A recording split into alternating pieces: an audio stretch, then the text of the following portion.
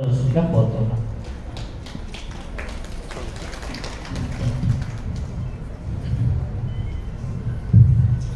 అందరికీ నమస్కారం.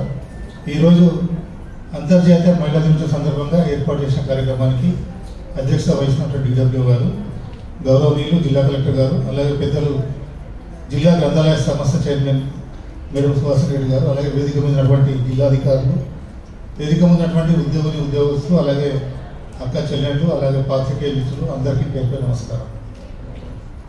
ముఖ్యంగా ఈరోజు మహిళా చైతన్యం చూస్తే మనకు చాలా వరకు ఎంతో ఆనందంగా ఉంటుంది. దాంతోపాటు ఇంకా ఎదగాల్సిన అవసరంగా చాలా ఉందనేది గుర్తు చేస్తూ ఉంటుంది సమస్య. కాబట్టి మనం ఈరోజు వీడికి రావడానికి కారణం ప్రధానంగా విద్య.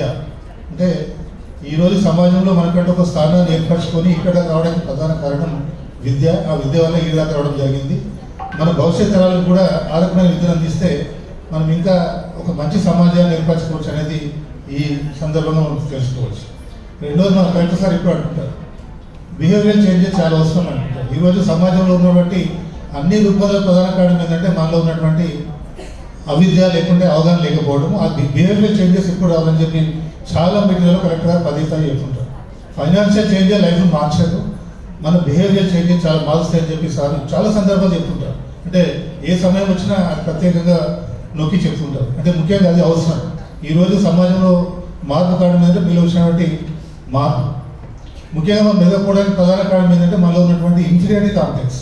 నేనేం చేయలేను, సమాజంలో తక్కువ అనే ఒక భావన మనం ఎప్పుడు బ్యాక్ నెట్టేస్తూ ఉంటుంది.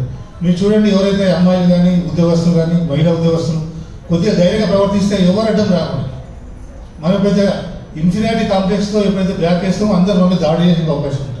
కాబట్టి మనం ఇన్ఫీరియారిటీ కాంప్లెక్స్ పోగొట్టుకున్నప్పుడు స్వేచ్ఛగా మూవ్ అయ్యే అవకాశం మనకు ఉంటుంది. చాలా మంది అద్భుతంగా పనిచేస్తారు. వాస్తవానికి ఈరోజు మొగలతో ఎక్కడ కూడా తేడా లేకుండా ఇంకా ఎక్కువ పనిచేసే స్త్రీలు అంటే మహిళా ఉద్యోగులు చాలా మంది ఉన్నారు సమాజంలో. అంటే మనతో ఉన్నటువంటి మెయిన్ ఏంటంటే ఇన్ఫీరియారిటీ కాంప్లెక్స్ మనం తొలగించుకోవాలి. దీనికి ముఖ్యంగా కారణం ఏంటంటే మన విద్యని నేర్చుకుంటే మన పిల్లలకు భవిష్యత్తు నేర్పిస్తే ఏంటంటే విశ్లేషణ పవర్ వస్తుంది, మంచి చెడు అవగాహన వస్తుంది. చాలా మంది చెప్పినట్టు సమాజంలో చాలా రూపాయల తల్లి కొద్దిగా చొరవ తీసుకుంటే అన్ని సమస్యలు పోతాయి. ఎందుకంటే ఒక ఇంట్లో పిల్లల్ని బాగా తీర్చిదిద్దే బాధ్యత తల్లి కంటే ఎక్కువ తల్లి మీద ఆధారపడి ఉంటుంది. ఆ తల్లి మీరే ఉండొచ్చు. ఎందుకంటే అమ్మాయిల అబ్బాయినా మీతో ఉన్న చదివే మీ పిల్లల్ని బిహేవియర్ మార్చే అవకాశం చాలా ఉంటుంది. ఎందుకంటే మీతో ఉన్న సన్నిహితం తల్లితో ఉండదు. ఇంకోటి, ఏ ఇంట్లో అయితే సంసారాన్ని సమర్థంగా పోషించే బాధ్యత అర్హత కూడా స్త్రీకే ఉంటుంది. ఎందుకంటే భర్తగా సంపాదించి ఇస్తాడు తప్ప కుటుంబాన్ని నడిపే ఆలోచన అంత టైం భర్త తీసుకోవడం. ఎంత ఎదిగిన ఉద్యోగస్తులైనా ఎంత ఆర్థికంగా ఉన్నా ఆ కుటుంబం బాగుంటే ప్రధాన కారణం అక్కడ ఉన్నటువంటి భార్యనే, లేకుంటే భార్య వల్లనే ఆ కుటుంబం చాలా బాగుంటుందని తెలుస్తుంది. అది కాబట్టి మనం ఏంటంటే ఆ బాధ్యతలని మన పిల్లలు చెప్తూ సమాజంలో పోకడలు, ఎందుకంటే సమాజం కూడా డైనమిక్, అది మాత్రమే ఉంటుంది. కొత్త పోకడలు వస్తుంటాయి సమాజంలో. ఏది మంచి ఏడు చెడు అని తెలిపే బాధ్యత కూడా తల్లి మీద ఎక్కువ ఆధారపడుతుందని అనుకుంటాను. ఎందుకంటే మీతో ఉన్న అటాచ్మెంట్ కానీ మనం చూసినా ప్రపంచంలో చాలా మంది మనం అబ్జర్వ్ చేస్తే కూడా ప్రముఖంగా ఎదిగిన వాళ్ళంతా తల్లి యొక్క ప్రేరణ వల్ల చాలా మంది పైకి వచ్చిన వాళ్ళు ఉన్నారు.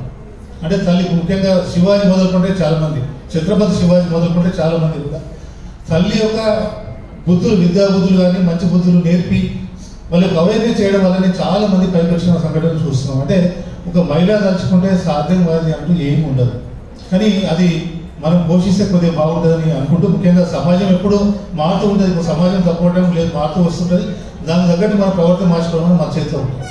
కాబట్టి సమాజంలో మార్పు సహజం, అది ఏం కాదంటలేదు. కానీ దాని ఏది మంచి ఏది చెడు అనేది ఇంటి దగ్గర తెలిస్తే ఏమైందంటే ముఖ్యంగా అబ్బాయిలకి, ఇప్పుడు అమ్మాయిలకైతే ఏ విధంగా మనము ఒక లక్ష్మణికి ఇష్టం ఇది చేయొద్దా చేయొద్దని ఖచ్చితంగా అబ్బాయికి నేర్పాలి.